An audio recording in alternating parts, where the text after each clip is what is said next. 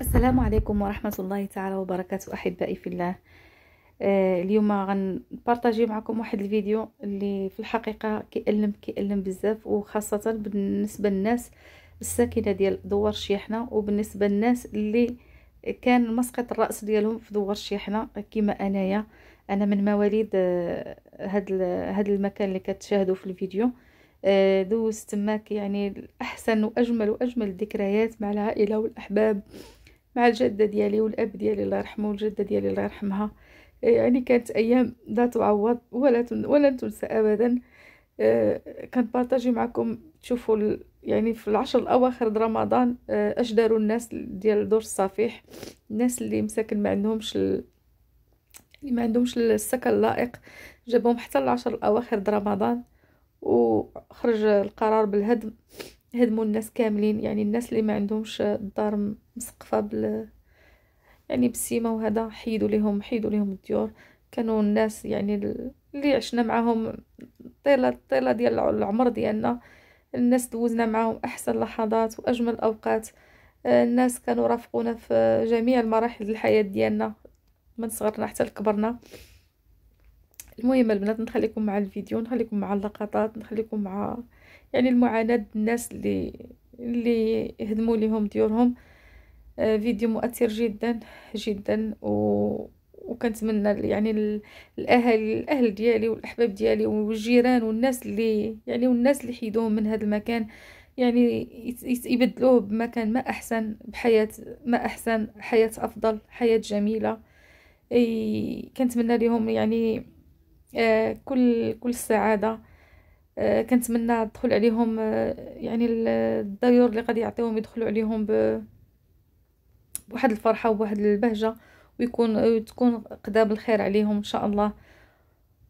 والى هنا غنقول لكم، يعني يعجز اللسان على الكلام.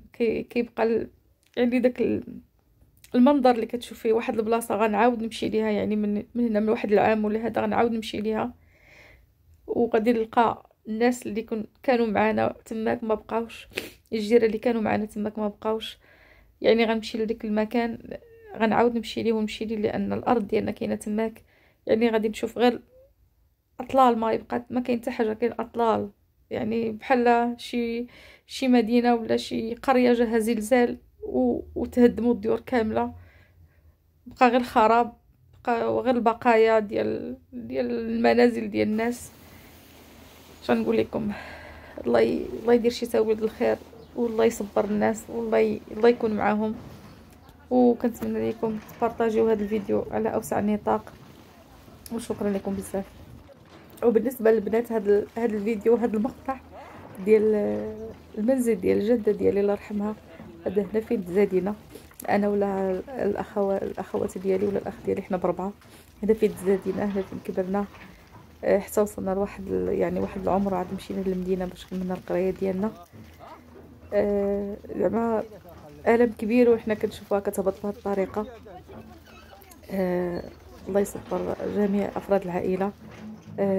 وبالنسبه للاطفال الصغار اللي كاينين في يعني في من العائله اللي كاينين على برا كلهم، يعني المكان الوحيد اللي كيرتاحوا فيه والمكان الوحيد اللي كيبغيو يمشيو ليه هو هذا الشيحنه، هاد البلاصه فين كاينه يعني فين كاينين الجدود ديالنا، لان كنلعبوا فيها، كاين فيها اتساع عربيه، يعني واحد الجو ديالها ما كنقنعوش منه، قريبه للبحر، يعني كنلقاو فيها ديك الوجود ديالنا كنلقاو فيها وكنرتاحوا فيها بزاف.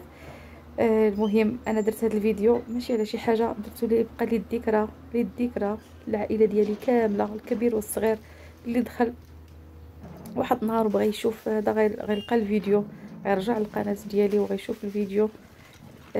هادشي علاش درتو، ما كنتش باغا نديرو، ولكن اليوم في الصباح قلت عرفتي شنو غندير، اجي نخليه للذكرى، فيديو للذكرى، اللي بغى من العائله يدخل يشوفو راه غادي يشوفو ان شاء الله.